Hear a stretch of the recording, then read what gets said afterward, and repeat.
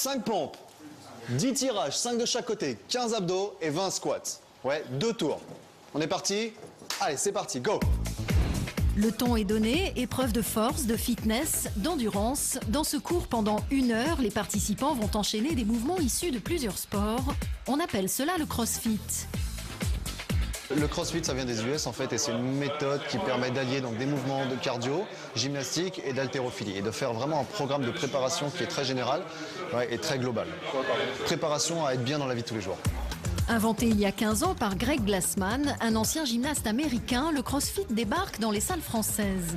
Fini les bancs de musculation, rameurs et autres tapis de course. L'idée ici est de se servir du poids de son corps pour réaliser ces exercices.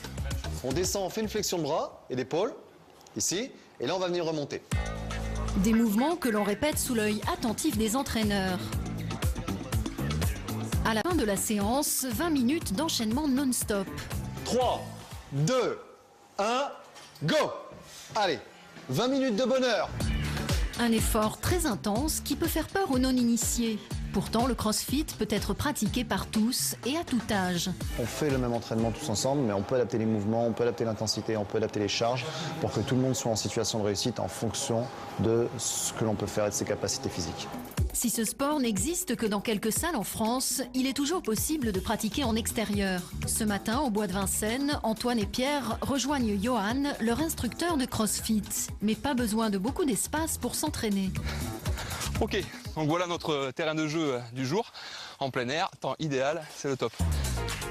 En extérieur, on va utiliser les éléments qui nous entourent pour pratiquer ce sport. Les 3 hommes sont des sportifs chevronnés. La séance est donc très intense. Pas le temps de souffler, les exercices s'enchaînent à un rythme effréné, traction, pompe, saut et course d'endurance. Ok, course. Allez, 800 mètres.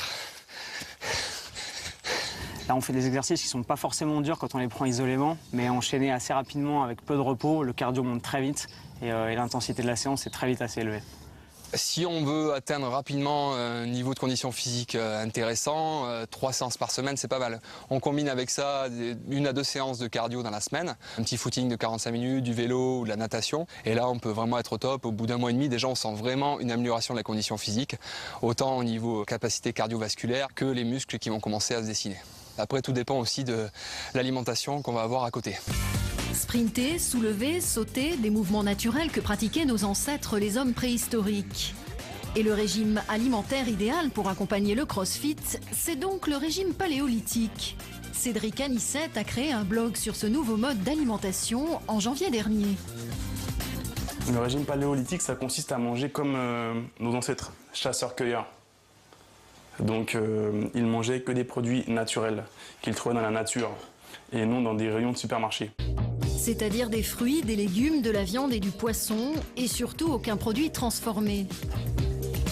Mais le régime paléolithique peut facilement s'adapter au XXIe siècle, la preuve avec ce colombo de poulet imaginé par Cédric.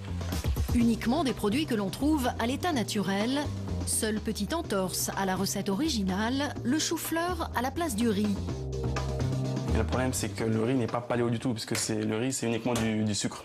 Donc ça va tout droit sur le ventre et dans les cuisses. Là, on le remplace par du chou-fleur.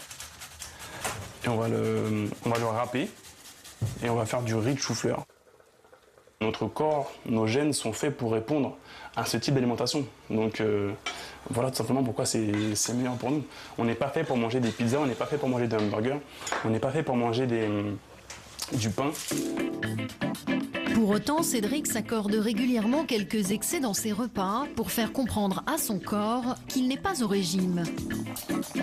Il ne faut pas parler de régime, c'est vraiment un mode de vie à adopter. Et voilà, se dire qu'on le fait sur le long terme, pour toute sa vie en fait.